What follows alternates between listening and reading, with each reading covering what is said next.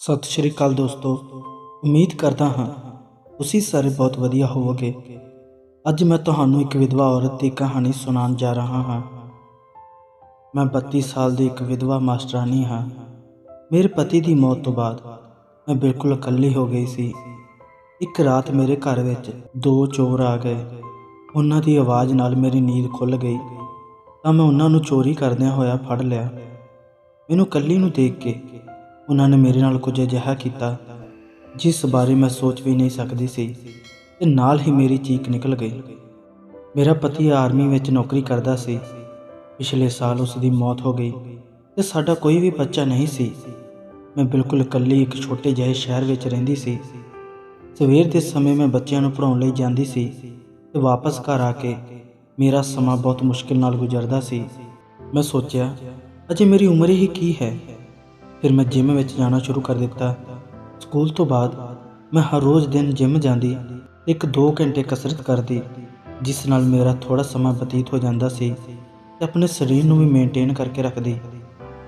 ਉਸੇ ਜਿਮ ਵਿੱਚ ਇੱਕ ਅਜਿਹਾ ਮਰਦ ਆਉਂਦਾ ਸੀ ਜੋ ਕਿ ਹਰ ਸਮੇਂ ਮੈਨੂੰ ਘੂਰਦਾ ਰਹਿੰਦਾ ਸੀ। ਮੈਨੂੰ ਬਹੁਤ ਵਧੀਆ ਲੱਗਦਾ ਕਿ ਕੋਈ ਤਾਂ ਮਰਦ ਮੈਨੂੰ ਦੇਖਦਾ ਹੈ, ਕਿਉਂਕਿ ਮੇਰੇ ਪਤੀ ਦੇ ਜਾਣ ਤੋਂ ਬਾਅਦ ਹੁਣ ਮੈਨੂੰ ਦੇਖਣ ਵਾਲਾ ਤੇ ਮੇਰੀ ਤਾਰੀਫ ਕਰਨ ਵਾਲਾ ਕੋਈ ਨਹੀਂ ਸੀ। ਜਦੋਂ ਮੈਂ ਕੋਈ ਕਸਰਤ ਗਲਤ ਕਰਦੀ ਤਾਂ ਉਹ ਮੇਰੇ ਕੋਲ ਆ ਕੇ ਮੈਨੂੰ ਸਹੀ ਤਰੀਕੇ ਨਾਲ ਕਰਨਾ ਸਿਖਾਉਂਦਾ ਤੇ ਕਦੀ-ਕਦੀ ਇਸ ਬਹਾਨੇ ਮੇਰੇ ਹੱਥ ਨੂੰ ਛੂਹ ਲੈਂਦਾ। ਉਸ ਦਾ ਹੱਥ ਗਲਤੀ ਨਾਲ ਵੀ ਮੈਨੂੰ ਲੱਗ ਜਾਵੇ ਤਾਂ ਮੈਨੂੰ ਇੱਕ ਅਜੀਬ ਜਿਹਾ ਅਹਿਸਾਸ ਹੁੰਦਾ। ਮੈਨੂੰ ਇੰਝ ਲੱਗਦਾ ਕਿ ਮੈਂ ਕਿੰਨੀ ਇਕੱਲੀ ਹਾਂ। ਦੋਸਤੋ, ਮੇਰਾ ਨਾਮ ਕੋਮਲ ਹੈ। 25 ਸਾਲ ਦੀ ਉਮਰ ਵਿੱਚ ਮੈਨੂੰ ਸਰਕਾਰੀ ਨੌਕਰੀ ਮਿਲ ਗਈ ਸੀ। ਮੇਰੀ ਖੁਸ਼ੀ ਦਾ ਕੋਈ ਟਿਕਾਣਾ ਨਾ ਰਿਹਾ, ਕਿਉਂਕਿ ਸਰਕਾਰੀ ਇਮਤਿਹਾਨ ਪਾਸ ਕਰਨਾ ਕੋਈ ਸੌਖੀ ਗੱਲ ਨਹੀਂ ਹੁੰਦੀ। ਮੈਨੂੰ ਇੱਕ ਪਿੰਡ ਦੇ ਸਕੂਲ ਵਿੱਚ ਨੌਕਰੀ ਮਿਲ ਗਈ ਸੀ ਤੇ ਹੌਲੀ-ਹੌਲੀ ਮੇਰਾ ਕੰਮ ਵਿੱਚ ਮਨ ਵੀ ਲੱਗਣ ਲੱਗਾ ਸੀ, ਪਰ ਰਾਤ ਦੇ ਸਮੇਂ ਮੈਨੂੰ ਬਹੁਤ ਇਕੱਲਾਪਣ ਮਹਿਸੂਸ ਹੁੰਦਾ ਸੀ। ਇਸੇ ਤਰ੍ਹਾਂ ਸਮਾਂ ਬੀਤਦਾ ਗਿਆ ਤੇ ਮੇਰੇ ਮਾਤਾ-ਪਿਤਾ ਨੂੰ ਮੇਰੇ ਵਿਆਹ ਦੀ ਚਿੰਤਾ ਹੋਣ ਲੱਗੀ, ਪਰ ਮੈਂ ਵਿਆਹ ਨਹੀਂ ਕਰਨਾ ਚਾਹੁੰਦੀ ਸੀ ਕਿਉਂਕਿ ਮੈਂ ਇਹ ਨੌਕਰੀ ਕਦੇ ਵੀ ਨਹੀਂ ਛੱਡ ਸਕਦੀ ਸੀ। ਫਿਰ ਪਿੰਡ ਦੇ ਇੱਕ ਘਰੋਂ ਮੇਰੇ ਲਈ ਰਿਸ਼ਤਾ ਆਇਆ। ਮੁੰਡਾ ਆਰਮੀ ਵਿੱਚ ਨੌਕਰੀ ਕਰਦਾ ਸੀ। ਸਾਲ ਵਿੱਚ 3 ਮਹੀਨੇ ਉਹ ਆਪਣੇ ਘਰ ਆਉਂਦਾ ਸੀ ਤੇ ਬਾਕੀ ਸਮਾਂ ਨੌਕਰੀ ਕਰਦਾ ਸੀ। ਮੈਨੂੰ ਉਹ ਮੁੰਡਾ ਪਸੰਦ ਆ ਗਿਆ ਤੇ ਮੈਂ ਰਿਸ਼ਤੇ ਲਈ ਹਾਂ ਕਰ ਦਿੱਤੀ।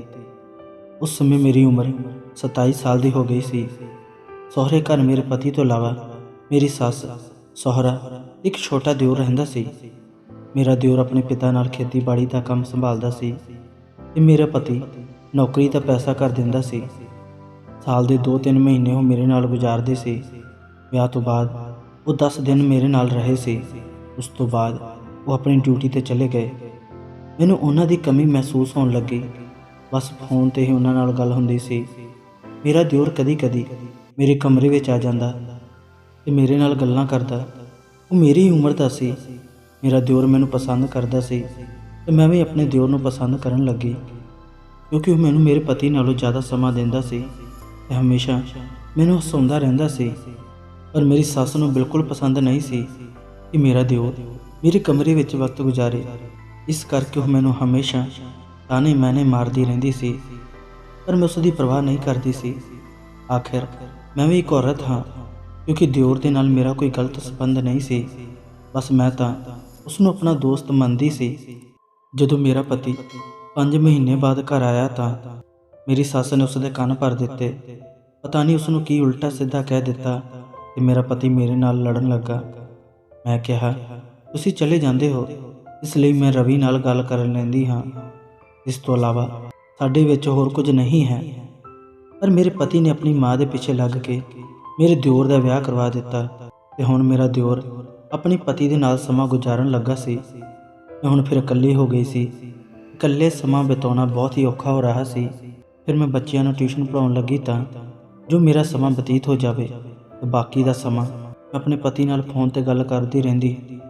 ਵਿਆਹ ਨੂੰ 7 ਸਾਲ ਹੋ ਗਏ, ਪਰ ਮੈਂ ਅਜੇ ਤੱਕ ਗਰਭਵਤੀ ਨਹੀਂ ਹੋਈ ਸੀ। ਇਹਨਾਂ 7 ਸਾਲਾਂ ਵਿੱਚ ਸੱਸ ਦੇ ਮਿਹਣੇ ਸੁਣ ਕੇ ਮੇਰੀਆਂ ਅੱਖਾਂ ਵਿੱਚ ਹੰਝੂ ਆ ਜਾਂਦੇ ਸੀ।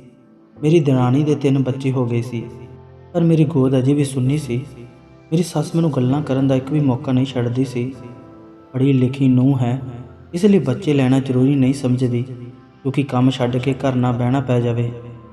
ਮੇਰੀ ਦਰਾਣੀ ਵੀ ਮੇਰੇ ਤੋਂ ਬਹੁਤ ਸੜਦੀ ਸੀ। ਫਿਰ ਕੁਝ ਦਿਨਾਂ ਬਾਅਦ ਆਰਮੀ ਵਾਲੇ ਸਾਡੇ ਘਰ ਆਏ ਤੇ ਜਦੋਂ ਮੈਂ ਉਹਨਾਂ ਨੂੰ ਦੇਖਿਆ, ਮੇਰੀਆਂ ਅੱਖਾਂ ਖੁੱਲੀਆਂ ਦੀਆਂ ਖੁੱਲੀਆਂ ਰਹਿ ਗਈਆਂ। ਘਰ ਵਿੱਚ ਇੱਕਦਮ ਸन्नाटा ਛਾ ਗਿਆ। ਉਹਨਾਂ ਦੇ ਨਾਲ ਮੇਰੇ ਪਤੀ ਦੀ ਲਾਸ਼ ਸੀ, ਕਿਉਂਕਿ ਮੇਰੇ ਪਤੀ ਦੀ ਮੌਤ ਹੋ ਚੁੱਕੀ ਸੀ। ਪਤੀ ਦੀ ਮੌਤ ਦੇ ਗਮ 'ਚੋਂ ਬਾਹਰ ਆਉਣ ਤੋਂ ਪਹਿਲਾਂ ਹੀ ਮੇਰੇ ਸਹੁਰੇ ਪਰਿਵਾਰ ਨੇ ਮੈਨੂੰ ਧੱਕੇ ਮਾਰ ਕੇ ਘਰੋਂ ਕੱਢ ਦਿੱਤਾ। ਮੇਰੀ ਦਰਾਣੀ ਤਾਂ ਮੇਰੇ ਤੋਂ ਪਹਿਲਾਂ ਹੀ ਸੜਦੀ ਸੀ, ਕਿਉਂਕਿ ਮੈਂ ਦਿਓਰ ਦੇ ਨਾਲ ਬਹੁਤ ਘੁਲ ਮਿਲ ਗਈ ਸੀ। ਉਸਨੇ ਸਾਫ਼-ਸਾਫ਼ ਕਹਿ ਦਿੱਤਾ ਸੀ ਕਿ ਜੇਕਰ ਇਹ ਵਿਧਵਾ ਇਸ ਘਰ ਵਿੱਚ ਰਹੇਗੀ ਤਾਂ ਮੈਂ ਘਰ ਛੱਡ ਕੇ ਚਲੀ ਜਾਵਾਂਗੀ, ਤੇ ਬਾਕੀ ਦੀ ਕਸਰ ਮੇਰੀ ਸੱਸ ਨੇ ਪੂਰੀ ਕਰ ਦਿੱਤੀ। ਹਾਲਾਂਕਿ ਮੇਰਾ ਸਹੁਰਾ ਤੇ ਦਿਓਰ ਨਹੀਂ ਚਾਹੁੰਦੇ ਸੀ ਕਿ ਮੈਂ ਇਸ ਘਰ ਤੋਂ ਜਾਵਾਂ, ਪਰ ਮੇਰੀ ਸੱਸ ਤੇ ਦਰਾਣੀ ਦੇ ਅੱਗੇ ਕੁਝ ਨਾ ਕਹਿ ਸਕੇ। ਫਿਰ ਉਸ ਪਿੰਡ ਤੋਂ ਬਦਲੀ ਕਰਾ ਕੇ ਮੈਂ ਇੱਕ ਛੋਟੇ ਜਿਹੇ ਸ਼ਹਿਰ ਵਿੱਚ ਆ ਗਈ। 1 ਸਾਲ ਤੋਂ ਇਕੱਲੀ ਹੀ ਰਹਿ ਰਹੀ ਸੀ। ਇਸੇ ਵਜ੍ਹਾ ਕਰਕੇ ਮੈਂ ਜਿਮ ਜਾਣ ਲੱਗੀ ਸੀ, ਤਾਂ ਜੋ ਹੋਰ ਲੋਕਾਂ ਨਾਲ ਮੇਰੀ ਜਾਣ ਪਛਾਣ ਹੋ ਜਾਵੇ। ਇਸ ਤੋਂ ਬਾਅਦ ਮੇਰੇ ਸਕੂਲ ਦੀਆਂ ਛੁੱਟੀਆਂ ਆ ਗਈਆਂ। ਫਿਰ ਮੈਂ ਸੋਚਿਆ ਕਿ ਮੈਂ ਆਪਣੇ ਭਰਾ ਭਰਜਾਈ ਕੋਲ ਚਲੀ ਜਾਵਾਂ। ਮੇਰੇ ਮਾਤਾ ਪਿਤਾ ਦੀ ਮੌਤ ਹੋ ਗਈ ਸੀ। ਹੁਣ ਮੇਰਾ ਭਰਾ ਹੀ ਰਹਿ ਗਿਆ ਸੀ, ਜੋ ਮੇਰੇ ਤੋਂ 4 ਸਾਲ ਵੱਡਾ ਸੀ। ਫਿਰ ਮੈਂ ਟ੍ਰੇਨ 'ਚੋਂ ਬੈਠ ਕੇ ਉਹਨਾਂ ਦੇ ਕੋਲ ਜਾਣ ਲੱਗੀ। ਸਫ਼ਰ ਬਹੁਤ ਲੰਬਾ ਸੀ ਤੇ ਮੈਨੂੰ ਇਕੱਲੀ ਨੂੰ ਘਬਰਾਹਟ ਹੋਣ ਲੱਗੀ। ਮੇਰੇ ਨਾਲ ਦੀ ਸੀਟ ਤੇ ਇੱਕ 36 ਸਾਲ ਦੇ ਕਰੀਬ ਉਮਰ ਦਾ ਆਦਮੀ ਆ ਕੇ ਬੈਠ ਗਿਆ। ਉਹ ਮੈਨੂੰ ਵਾਰ-ਵਾਰ ਘੂਰ ਕੇ ਦੇਖ ਰਿਹਾ ਸੀ। ਮੇਰਾ ਪੀਣ ਵਾਲਾ ਪਾਣੀ ਖਤਮ ਹੋ ਗਿਆ ਸੀ। ਮੈਂ ਸੋਚਿਆ ਅਗਲੇ ਸਟੇਸ਼ਨ ਤੇ ਉਤਰ ਕੇ ਭਰ ਲਵਾਂਗੀ, ਪਰ ਜਿਵੇਂ ਹੀ ਅਗਲਾ ਸਟੇਸ਼ਨ ਆਇਆ, ਉਹ ਆਦਮੀ ਮੇਰੇ ਤੋਂ ਮੇਰੀ ਬੋਤਲ ਫੜ ਕੇ ਕਹਿੰਦਾ, ਮੈਂ ਭਰ ਲਿਆਉਂਦਾ ਹਾਂ। ਮੈਂ ਉਸ ਦੀਆਂ ਹਰਕਤਾਂ ਤੋਂ ਘਬਰਾ ਗਈ ਸੀ। ਮੈਨੂੰ ਲੱਗਾ ਕਿਤੇ ਆਦਮੀ ਚੋਰ ਤਾਂ ਨਹੀਂ, ਪਰ ਟ੍ਰੇਨ ਦੇ ਚੱਲਣ ਤੋਂ ਪਹਿਲਾਂ ਉਹ ਆਦਮੀ ਵਾਪਸ ਆ ਗਿਆ ਤੇ ਪਾਣੀ ਦੀ ਬੋਤਲ ਮੈਨੂੰ ਫੜਾ ਦਿੱਤੀ ਤੇ ਨਾਲ ਹੀ ਕੁਝ ਖਾਣ ਦੇ ਲਈ ਵੀ ਲੈ ਕੇ ਆਇਆ ਸੀ। ਪਰ ਇੱਕ ਅਜਨਬੀ ਦੇ ਹੱਥੋਂ ਕੁਝ ਵੀ ਖਾਣ ਦਾ ਮੇਰਾ ਮਨ ਨਹੀਂ ਸੀ। ਫਿਰ ਉਹ ਵਿਅਕਤੀ ਖੁਦ ਵੀ ਖਾਣ ਲੱਗਾ। ਉਸ ਨੂੰ ਦੇਖ ਕੇ ਥੋੜਾ ਮੈਂ ਵੀ ਲੈ ਲਿਆ, ਕਿਉਂਕਿ ਮੈਨੂੰ ਬਹੁਤ ਭੁੱਖ ਲੱਗੀ ਸੀ। ਘਰ ਤੋਂ ਲਿਆਂਦਾ ਹੋਇਆ ਖਾਣਾ ਤਾਂ ਕਦੋਂ ਦਾ ਖਤਮ ਹੋ ਗਿਆ ਸੀ। ਜਦੋਂ ਰਾਤ ਨੂੰ ਸੌਣ ਦਾ ਸਮਾਂ ਆਇਆ ਤਾਂ ਮੈਨੂੰ ਉੱਪਰ ਵਾਲੀ ਸੀਟ ਤੇ ਸੌਣਾ ਪੈਣਾ ਸੀ। ਉਸ ਆਦਮੀ ਨੇ ਕਿਹਾ, ਮੈਡਮ, ਮੇਰੀ ਹੇਠਾਂ ਵਾਲੀ ਸੀਟ ਹੈ, ਤੁਸੀਂ ਉਸ 'ਤੇ ਸੋ ਜਾਓ, ਮੈਂ ਉੱਪਰ ਸੋ ਜਾਵਾਂਗਾ। ਪਤਾ ਨਹੀਂ ਇੱਕ ਅਜਨਬੀ ਆਦਮੀ ਮੇਰੀ ਇੰਨੀ ਮਦਦ ਕਿਉਂ ਕਰ ਰਿਹਾ ਸੀ, ਪਰ ਉਸ ਨੂੰ ਦੇਖ ਕੇ ਮੈਨੂੰ ਇੰਝ ਲੱਗ ਰਿਹਾ ਸੀ ਕਿ ਕਾਸ਼ ਮੇਰਾ ਵੀ ਕੋਈ ਜੀਣ ਦਾ ਸਹਾਰਾ ਹੁੰਦਾ ਤਾਂ ਮੈਂ ਘਬਰਾਉਣ ਦੀ ਬਜਾਏ ਯਾਤਰਾ ਦਾ ਮਜ਼ਾ ਲੈਂਦੀ। ਜਦੋਂ ਮੈਂ ਅਗਲੇ ਦਿਨ ਭਰਾ ਭਰਜਾਈ ਦੇ ਘਰ ਪਹੁੰਚੀ ਤਾਂ ਉਹਨਾਂ ਦਾ ਵਿਵਹਾਰ ਮੇਰੇ ਪ੍ਰਤੀ ਸਹੀ ਨਹੀਂ ਸੀ। ਭਾਬੀ ਦੀਆਂ ਗੱਲਾਂ ਤੋਂ ਮੈਨੂੰ ਇੰਝ ਲੱਗਿਆ ਕਿ ਜਿਵੇਂ ਉਹ ਮੇਰੇ ਆਉਣ 'ਤੇ ਖੁਸ਼ ਨਹੀਂ ਸੀ, ਕਿਉਂਕਿ ਮੈਂ ਇੱਕ ਵਿਧਵਾ ਔਰਤ ਹਾਂ ਤੇ ਨਾਲੇ ਬਾਂਝ ਵੀ। ਉਹ ਆਪਣੇ ਬੱਚਿਆਂ ਨੂੰ ਮੇਰੇ ਨਾਲ ਖੇਡਣ ਨਹੀਂ ਦਿੰਦੀ ਸੀ। ਇੱਕ ਦਿਨ ਤਾਂ ਭਾਬੀ ਨੇ ਕਹਿ ਦਿੱਤਾ ਕਿ ਤੇਰੇ ਆਉਣ ਦੀ ਵਜ੍ਹਾ ਕਰਕੇ ਬੱਚੇ ਪੜ੍ਹਾਈ ਨਹੀਂ ਕਰਦੇ ਹਨ, ਸਾਰਾ ਦਿਨ ਤੇਰੇ ਨਾਲ ਗੱਲਾਂ ਤੇ ਸ਼ਰਾਰਤਾਂ ਕਰਦੇ ਰਹਿੰਦੇ ਹਨ। ਫਿਰ ਕੁਝ ਦਿਨਾਂ ਬਾਅਦ ਮੇਰੇ ਭਰਾ ਭਰਜਾਈ ਨੇ ਮੇਰੇ ਮੂੰਹ 'ਤੇ ਹੀ ਕਹਿ ਦਿੱਤਾ ਕਿ ਹੁਣ ਤੇਰੇ ਮਾਤਾ ਪਿਤਾ ਨਹੀਂ ਹਨ। ਮੈਂ ਤਾਂ ਕੁਝ ਦਿਨ ਉਹਨਾਂ ਦੇ ਨਾਲ ਰਹਿਣ ਆਈ ਸੀ, ਹਮੇਸ਼ਾ ਦੇ ਲਈ ਤਾਂ ਨਹੀਂ ਆਈ ਸੀ। ਫਿਰ ਮੈਂ ਆਪਣੇ ਕੰਮ ਵੀ ਖੁਦ ਹੀ ਕਰਦੀ ਸੀ, ਜਿਹੜਾ ਉਹਨਾਂ ਦੇ ਪੈਸਿਆਂ ਨਾਲ ਖਾਂਦੀ ਹਾਂ, ਪਰ ਫਿਰ ਵੀ ਮੈਨੂੰ ਇਹ ਸਭ ਗੱਲਾਂ ਸੁਣਨੀਆਂ ਪਈਆਂ। ਮੈਂ ਤਾਂ ਪੂਰੀਆਂ ਛੁੱਟੀਆਂ ਉਹਨਾਂ ਕੋਲ ਕੱਟਣ ਆਈ ਸੀ, ਪਰ ਫਿਰ ਮੈਂ ਆਪਣਾ ਸਮਾਨ ਪੈਕ ਕਰਕੇ ਜਲਦੀ ਹੀ ਵਾਪਸ ਚਲੀ ਗਈ, ਕਿਉਂਕਿ ਉਹਨਾਂ ਦੇ ਤਾਣੇ ਮਿਹਣਿਆਂ ਤੋਂ ਮੈਂ ਪਰੇਸ਼ਾਨ ਹੋ ਗਈ ਸੀ। ਘਰ ਪਹੁੰਚਣ ਤੋਂ ਬਾਅਦ ਇੱਕ ਰਾਤ ਮੈਂ ਸੁੱਤੀ ਪਈ ਸੀ ਤਾਂ ਘਰ ਦੇ ਅੰਦਰੋਂ ਕੁਝ ਆਵਾਜ਼ਾਂ ਆਉਣ ਲੱਗੀਆਂ, ਜਿਸ ਦੇ ਨਾਲ ਮੇਰੀ ਨੀਂਦ ਖੁੱਲ੍ਹ ਗਈ। ਮੈਂ ਬਹੁਤ ਘਬਰਾ ਗਈ ਸੀ। ਜਦੋਂ ਮੈਂ ਉੱਠ ਕੇ ਕਮਰੇ ਦੀ ਲਾਈਟ ਚਾਲੂ ਕੀਤੀ ਤਾਂ ਮੇਰੀਆਂ ਅੱਖਾਂ ਖੁੱਲ੍ਹੀਆਂ ਰਹਿ ਗਈਆਂ। ਮੂੰਹ ਲੁਕੋਏ ਹੋਏ 2 ਆਦਮੀ ਘਰ ਦੇ ਅੰਦਰ ਖੜ੍ਹੇ ਸੀ। ਮੈਂ ਸੋਚਿਆ ਜ਼ਰੂਰ ਇਹ ਚੋਰ ਹੋਣਗੇ, ਤਾਂ ਹੀ ਆਪਣਾ ਮੂੰਹ ਲੁਕੋ ਕੇ ਆਏ ਨੇ। ਮੈਨੂੰ ਸਮਝ ਨਹੀਂ ਆ ਰਿਹਾ ਸੀ ਕਿ ਮੈਂ ਕੀ ਕਰਾਂ। ਫਿਰ ਮੈਂ ਸੋਚਿਆ ਕਿ ਮੈਂ ਉੱਚੀ ਰੌਲਾ ਪਾਉਂਦੀ ਹਾਂ, ਪਰ ਇਸ ਤੋਂ ਪਹਿਲਾਂ ਕਿ ਮੇਰੇ ਮੂੰਹ 'ਚੋਂ ਆਵਾਜ਼ ਨਿਕਲਦੀ, ਦੋਵੇਂ ਵਿਅਕਤੀ ਮੇਰੇ ਕੋਲ ਆ ਗਏ ਤੇ ਉਹਨਾਂ ਨੇ ਮੈਨੂੰ ਫੜ ਲਿਆ ਤੇ ਆਪਣਾ ਹੱਥ ਮੇਰੇ ਮੂੰਹ 'ਤੇ ਰੱਖ ਦਿੱਤਾ। ਮੇਰਾ ਦਿਲ ਬਹੁਤ ਤੇਜ਼ ਧੜਕਣ ਲੱਗਾ। ਮੈਨੂੰ ਇਕੱਲੀ ਵਿਧਵਾ ਔਰਤ ਨੂੰ 2 ਵਿਅਕਤੀਆਂ ਨੇ ਘੇਰ ਲਿਆ ਸੀ। ਮੈਂ ਕੁਝ ਵੀ ਨਹੀਂ ਕਰ ਸਕਦੀ ਸੀ। ਫਿਰ ਉਹ ਥੋੜ੍ਹੀ ਦੇਰ ਚੁੱਪਚਾਪ ਖੜ੍ਹੇ ਰਹੇ। ਜਦੋਂ ਉਹਨਾਂ ਦੋਵਾਂ ਨੇ ਆਪਣਾ ਮੂੰਹ ਕੱਪੜੇ ਤੋਂ ਹਟਾਇਆ ਤਾਂ ਮੈਂ ਹੈਰਾਨ ਰਹਿ ਗਈ ਤੇ ਮੇਰੇ ਪੈਰਾਂ ਹੇਠੋਂ ਜ਼ਮੀਨ ਨਿਕਲ ਗਈ। ਇੱਕ ਤਾਂ ਜਿਮ ਵਾਲਾ ਆਦਮੀ ਸੀ ਤੇ ਦੂਜਾ ਟ੍ਰੇਨ ਵਾਲਾ। ਇਹਨਾਂ ਦੋਵਾਂ ਨੇ ਪਹਿਲਾਂ ਤੋਂ ਹੀ ਕੋਈ ਯੋਜਨਾ ਬਣਾਈ ਹੋਈ ਸੀ। ਮੈਨੂੰ ਸਮਝ ਨਹੀਂ ਆ ਰਹੀ ਸੀ ਕਿ ਆਖਿਰ ਮੇਰੇ ਤੋਂ ਚਾਹੁੰਦੇ ਕੀ ਹਨ। ਇਸ ਤੋਂ ਪਹਿਲਾਂ ਕਿ ਮੈਂ ਉਹਨਾਂ ਤੋਂ ਕੁਝ ਪੁੱਛਦੀ, ਉਹ ਕਹਿਣ ਲੱਗੇ, ਅਸੀਂ ਤੁਹਾਡੇ ਪਤੀ ਦੇ ਦੋਸਤ ਹਾਂ, ਅਸੀਂ ਇਕੱਠੇ ਨੌਕਰੀ ਕਰਦੇ ਸੀ ਤੇ ਇੱਥੇ ਅਸੀਂ ਕਿਸੇ ਮਕਸਦ ਦੇ ਲਈ ਆਏ ਹਾਂ ਤੇ ਤੁਸੀਂ ਘਬਰਾਓ ਨਾ, ਅਸੀਂ ਤੁਹਾਡਾ ਕੋਈ ਵੀ ਨੁਕਸਾਨ ਨਹੀਂ ਕਰਾਂਗੇ। ਫਿਰ ਉਹਨਾਂ ਨੇ ਮੈਨੂੰ ਚਾਹ ਬਣਾਉਣ ਦੇ ਲਈ ਕਿਹਾ। ਆਪਣੇ ਪਤੀ ਦਾ ਨਾਮ ਸੁਣ ਕੇ ਮੈਂ ਥੋੜ੍ਹਾ ਸ਼ਾਂਤ ਹੋ ਗਈ ਤੇ ਚਾਹ ਬਣਾਉਣ ਦੇ ਲਈ ਰਸੋਈ ਵਿੱਚ ਚਲੀ ਗਈ। ਉਸ ਸਮੇਂ ਰਾਤ ਦੇ 2 ਵਜੇ ਹੋਏ ਸੀ। ਆਖਿਰ ਇਹ ਸੱਚ ਬੋਲ ਰਹੇ ਸੀ ਜਾਂ ਝੂਠ? ਇਸ ਸੋਚ ਕੇ ਮੇਰਾ ਦਿਲ ਘਬਰਾ ਰਿਹਾ ਸੀ ਕਿ ਚੋਰਾਂ ਦੀ ਤਰ੍ਹਾਂ ਰਾਤ ਦੇ 2 ਵਜੇ ਇਹ ਮੇਰੇ ਘਰ ਵਿੱਚ ਕਿਉਂ ਆਏ ਸਨ, ਜਦ ਕਿ ਇਹ ਜਾਣਦੇ ਹਨ ਕਿ ਮੈਂ ਇਕੱਲੀ ਰਹਿੰਦੀ ਹਾਂ। ਮੈਂ ਡਰ ਦੇ ਨਾਲ ਪੂਰੀ ਤਰ੍ਹਾਂ ਕੰਬ ਰਹੀ ਸੀ। ਫਿਰ ਮੈਂ ਟੂਟੀ ਚਲਾ ਕੇ ਆਪਣੇ ਉੱਤੇ ਪਾਣੀ ਪਾਉਣਾ ਸ਼ੁਰੂ ਕਰ ਦਿੱਤਾ। ਜਦੋਂ ਚਾਹ ਬਣ ਗਈ ਤਾਂ ਮੈਂ ਚਾਹ ਲੈ ਕੇ ਕਮਰੇ ਵਿੱਚ ਗਈ। ਪਾਣੀ ਨਾਲ ਮੇਰਾ ਸਾਰਾ ਸੂਟ ਗਿੱਲਾ ਹੋ ਗਿਆ ਸੀ। ਜਦੋਂ ਮੈਂ ਉਹਨਾਂ ਦੋਵਾਂ ਨੂੰ ਚਾਹ ਪਿਲਾਈ ਤਾਂ ਉਹ ਮੇਰੇ ਵੱਲ ਘੂਰ ਕੇ ਦੇਖਣ ਲੱਗੇ। ਮੈਂ ਆਪਣੇ ਕੱਪੜੇ ਨਹੀਂ ਬਦਲੇ ਸੀ। ਬਦਲਦੀ ਵੀ ਕਿਵੇਂ, ਕਿਉਂਕਿ ਉਹ ਦੋਵੇਂ ਆਦਮੀ ਮੇਰੇ ਕਮਰੇ ਵਿੱਚ ਬੈਠੇ ਸੀ। ਉਹਨਾਂ ਚਾਹ ਫੜ ਲਈ ਤੇ ਕਹਿਣ ਲੱਗੇ, ਤੁਹਾਡੇ ਪਤੀ ਨੇ ਮਰਨ ਤੋਂ ਪਹਿਲਾਂ ਸਾਡੇ ਤੋਂ ਇੱਕ ਵਚਨ ਲਿਆ ਸੀ ਕਿ ਅਸੀਂ ਤੁਹਾਡਾ ਧਿਆਨ ਰੱਖਾਂਗੇ। ਉਹ ਤੁਹਾਨੂੰ ਬਹੁਤ ਪਿਆਰ ਕਰਦੇ ਸੀ ਤੇ ਤੁਹਾਡੇ ਬਾਰੇ ਸਾਨੂੰ ਦੱਸਦੇ ਰਹਿੰਦੇ ਸੀ।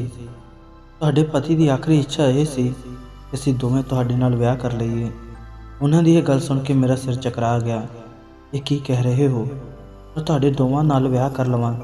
ਮੈਨੂੰ ਤਾਂ ਇਹ ਵੀ ਨਹੀਂ ਪਤਾ ਸੀ ਕਿ ਮੇਰੇ ਪਤੀ ਦੇ ਦੋਸਤ ਵੀ ਹੈ ਜਾਂ ਨਹੀਂ, ਕਿਉਂਕਿ ਉਹਨਾਂ ਨੇ ਮੈਨੂੰ ਇਹਨਾਂ ਬਾਰੇ ਕਦੇ ਨਹੀਂ ਦੱਸਿਆ ਸੀ। ਮੈਂ ਉਹਨਾਂ ਨੂੰ ਕਿਹਾ ਕਿ ਮੈਂ ਤੁਹਾਡੇ ਦੋਵਾਂ ਨਾਲ ਵਿਆਹ ਕਿਵੇਂ ਕਰ ਸਕਦੀ ਹਾਂ ਤਾਂ ਉਹ ਕਹਿਣ ਲੱਗੇ, ਇਹੀ ਤਾਂ ਅਸੀਂ ਸੋਚ ਰਹੇ ਸੀ ਤਾਂ ਤੁਹਾਡੇ ਕੋਲ 1 ਸਾਲ ਤੱਕ ਨਹੀਂ ਆਏ, ਪਰ ਤੁਹਾਡੇ ਪਤੀ ਦੀ ਆਖਰੀ ਇੱਛਾ ਸਾਨੂੰ ਅੰਦਰ ਹੀ ਅੰਦਰ ਖਾ ਰਹੀ ਸੀ। ਇਸ ਲਈ ਅਸੀਂ ਫੈਸਲਾ ਕੀਤਾ ਕਿ ਅਸੀਂ ਦੋਵੇਂ ਤੁਹਾਡੇ ਨਾਲ ਵਿਆਹ ਕਰ ਲਵਾਂਗੇ ਤਾਂ ਜੋ ਉਹਨਾਂ ਦੀ ਆਤਮਾ ਨੂੰ ਸ਼ਾਂਤੀ ਮਿਲ ਸਕੇ। ਮੈਨੂੰ ਕੁਝ ਵੀ ਸਮਝ ਨਹੀਂ ਆ ਰਿਹਾ ਸੀ ਕਿ ਮੈਂ ਕੀ ਕਰਾਂ। ਮੇਰੇ ਸਹੁਰੇ ਪਰਿਵਾਰ ਨੇ ਤਾਂ ਪਤੀ ਦੀ ਮੌਤ ਤੋਂ ਬਾਅਦ ਹੀ ਘਰੋਂ ਕੱਢ ਦਿੱਤਾ ਸੀ ਤੇ ਭਰਾ ਭਰਜਾਈ ਨੇ ਵੀ ਮੈਨੂੰ ਰੱਖਣ ਤੋਂ ਇਨਕਾਰ ਕਰ ਦਿੱਤਾ। ਮੈਂ ਬਿਲਕੁਲ ਇਕੱਲੀ ਰਹਿ ਗਈ ਸੀ। ਨਾ ਚਾਹੁੰਦੇ ਹੋਇਆਂ ਵੀ ਮੈਂ ਉਹਨਾਂ 2 ਆਦਮੀਆਂ 'ਤੇ ਭਰੋਸਾ ਕਰ ਲਿਆ। ਫਿਰ ਉਹਨਾਂ ਨੇ ਜੋ ਕੁਝ ਵੀ ਮੇਰੇ ਨਾਲ ਕੀਤਾ ਦੇਖ ਕੇ ਮੈਂ ਘਬਰਾ ਗਈ। ਸਾਰੀ ਰਾਤ ਮੈਂ ਰੌਲਾ ਪਾਉਂਦੀ ਰਹੀ। ਜਦੋਂ ਸਵੇਰੇ ਉੱਠੀ ਤਾਂ ਉਹ ਜਾ ਚੁੱਕੇ ਸੀ। ਫਿਰ ਮੈਂ ਆਪਣੇ ਆਪ ਨੂੰ ਕੋਸਣ ਲੱਗੀ। ਮੈਨੂੰ ਯਕੀਨ ਹੋ ਗਿਆ ਸੀ ਕਿ ਉਹ ਨਕਲੀ ਦੋਸਤ ਬਣ ਕੇ ਮੌਕੇ ਦਾ ਫਾਇਦਾ ਉਠਾਉਣ ਆਏ ਸੀ। ਫਿਰ ਮੇਰੀ ਨਜ਼ਰ ਆਪਣੀ ਅਲਮਾਰੀ 'ਤੇ ਪਈ ਜੋ ਕਿ ਖੁੱਲ੍ਹੀ ਹੋਈ ਸੀ। ਜਿਵੇਂ ਮੈਂ ਉੱਠ ਕੇ ਅਲਮਾਰੀ ਕੋਲ ਗਈ ਤਾਂ ਉਸ ਵਿੱਚੋਂ ਮੇਰੇ ਸਾਰੇ ਸੋਨੇ ਦੇ ਗਹਿਣੇ ਗਾਇਬ ਸੀ, ਜੋ ਮੇਰੇ ਪਤੀ ਨੇ ਮੈਨੂੰ 7 ਸਾਲਾਂ ਵਿੱਚ ਬਣਾ ਕੇ ਦਿੱਤੇ ਸੀ। ਜਦੋਂ ਮੇਰੀ ਸੱਸ ਨੇ ਗਹਿਣੇ ਵਾਪਸ ਮੰਗਦੀ ਸੀ, ਮੈਂ ਉਹਨਾਂ ਨੂੰ ਗਹਿਣੇ ਦੇਣ ਤੋਂ ਸਾਫ਼ ਇਨਕਾਰ ਕਰ ਦਿੱਤਾ ਸੀ, ਕਿਉਂਕਿ ਮੈਨੂੰ ਉਹ ਗਹਿਣੇ ਮੇਰੇ ਪਤੀ ਨੇ ਬਣਾ ਕੇ ਦਿੱਤੇ ਸੀ। ਮੈਂ ਸਭ ਵੇਖ ਕੇ ਰੋਣ ਲੱਗ ਪਈ। ਹੁਣ ਤਾਂ ਮੈਂ ਪੁਲਿਸ ਕੋਲ ਵੀ ਨਹੀਂ ਜਾ ਸਕਦੀ ਸੀ। ਮੈਂ ਕੀ ਰਿਪੋਰਟ ਲਿਖਾਉਂਦੀ? ਇਸ ਦੇ ਨਾਲ ਮੇਰੀ ਹੀ ਬਦਨਾਮੀ ਹੋਣੀ ਸੀ। ਉਹ ਦੋਵੇਂ ਮੈਨੂੰ ਲੁੱਟ ਕੇ ਚਲੇ ਗਏ ਸੀ। ਫਿਰ ਮੇਰੇ ਮੋਬਾਈਲ 'ਤੇ ਇੱਕ ਫ਼ੋਨ ਆਇਆ। ਜਦੋਂ ਮੈਂ ਫ਼ੋਨ ਚੁੱਕਿਆ ਤਾਂ ਮੇਰੀ ਸੱਸ ਹੱਸਦੀ ਹੋਈ ਕਹਿਣ ਲੱਗੀ, ਤੇਰੇ ਕਲੇਜੇ ਨੂੰ ਠੰਡ ਪੈ ਗਈ ਤੇ ਮੇਰੇ ਨੂੰ ਵੀ। ਮੈਂ ਸਮਝ ਗਈ ਸੀ ਕਿ ਉਹਨਾਂ ਦੋਵਾਂ ਆਦਮੀਆਂ ਨੂੰ ਮੇਰੀ ਸੱਸ ਨੇ ਹੀ ਭੇਜਿਆ ਹੈ ਤਾਂ ਜੋ ਮੇਰੇ ਗਹਿਣੇ ਚੋਰੀ ਕਰ ਲੈਣ। ਮੈਨੂੰ ਇੰਝ ਲੱਗ ਰਿਹਾ ਸੀ ਜਿਵੇਂ ਮੇਰੇ ਨਾਲ ਬਹੁਤ ਗੰਦਾ ਮਜ਼ਾਕ ਕੀਤਾ ਹੈ। ਫਿਰ 6 ਮਹੀਨੇ ਬਾਅਦ ਅਚਾਨਕ ਮੇਰੇ ਘਰ ਦੇ ਦਰਵਾਜ਼ੇ ਦੀ ਘੰਟੀ ਖੜਕੀ। ਜਦੋਂ ਮੈਂ ਦਰਵਾਜ਼ਾ ਖੋਲ੍ਹਿਆ ਤਾਂ ਸਾਹਮਣੇ ਮੇਰਾ ਦਿਓਰ ਖੜ੍ਹਾ ਸੀ। ਤਾਂ ਮੈਂ ਕਿਹਾ, ਹੁਣ ਤੁਸੀਂ ਮੇਰੇ ਕੋਲੋਂ ਕੀ ਲੈਣ ਆਏ ਹੋ? ਤਾਂ ਉਹਨਾਂ ਨੇ ਮੇਰੇ ਸਾਰੇ ਗਹਿਣੇ ਮੈਨੂੰ ਵਾਪਸ ਕਰ ਦਿੱਤੇ ਤੇ ਕਹਿਣ ਲੱਗਾ, ਮਾਂ ਤੇ ਮੇਰੀ ਪਤਨੀ ਨੇ ਤੁਹਾਡੇ ਗਹਿਣੇ ਚੋਰੀ ਕਰਾਉਣ ਲਈ ਇਹ ਚਾਲ ਚੱਲੀ ਸੀ, ਪਰ ਬੁਰੇ ਕੰਮ ਦਾ ਨਤੀਜਾ ਹਮੇਸ਼ਾ ਹੀ ਬੁਰਾ ਹੁੰਦਾ ਹੈ। ਗਹਿਣੇ ਚੋਰੀ ਕਰਾਉਣ ਤੋਂ ਬਾਅਦ ਮਾਂ ਬਿਮਾਰ ਰਹਿਣ ਲੱਗੀ। ਉਹਨਾਂ ਦੀ ਮੌਤ ਹੋ ਗਈ। ਮੈਂ ਆਪਣੀ ਪਤਨੀ ਨੂੰ ਤਲਾਕ ਦੇ ਦਿੱਤਾ ਕਿਉਂਕਿ ਮੈਂ ਚਾਹੁੰਦਾ ਹਾਂ ਤੁਸੀਂ ਮੇਰੇ ਨਾਲ ਵਿਆਹ ਕਰ ਲਓ। ਮੈਂ ਤੁਹਾਨੂੰ ਬਹੁਤ ਪਸੰਦ ਕਰਦਾ ਸੀ, ਪਰ ਤੁਸੀਂ ਮੇਰੇ ਭਰਾ ਦੀ ਪਤਨੀ ਸੀ, ਇਸ ਲਈ ਮੈਂ ਤੁਹਾਨੂੰ ਕਦੇ ਨਹੀਂ ਕੁਝ ਦੱਸਿਆ। ਪਰ ਹੁਣ ਜਦੋਂ ਤੁਸੀਂ ਵੀ ਇਕੱਲੇ ਹੋ ਤੇ ਮੈਂ ਵੀ ਇਕੱਲਾ ਹਾਂ, ਤਾਂ ਕਿਉਂ ਨਾ ਅਸੀਂ ਵਿਆਹ ਕਰਕੇ ਇੱਕ ਨਵੀਂ ਦੁਨੀਆ ਵਸਾ ਲਈਏ। ਆਪਣੇ ਦਿਓਰ ਦੀ ਗੱਲ ਮੰਨ ਲਈ ਤੇ ਉਸ ਦੇ ਨਾਲ ਵਿਆਹ ਕਰ ਲਿਆ, ਕਿਉਂਕਿ ਇੱਕ ਉਹੀ ਸੀ ਜਿਸ ਨੇ ਮੈਨੂੰ ਧੋਖਾ ਨਹੀਂ ਦਿੱਤਾ। ਫਿਰ ਉਸ ਦੇ ਨਾਲ ਆਪਣੀ ਸਾਰੀ ਜ਼ਿੰਦਗੀ ਖੁਸ਼ੀ ਬਤੀਤ ਕੀਤੀ।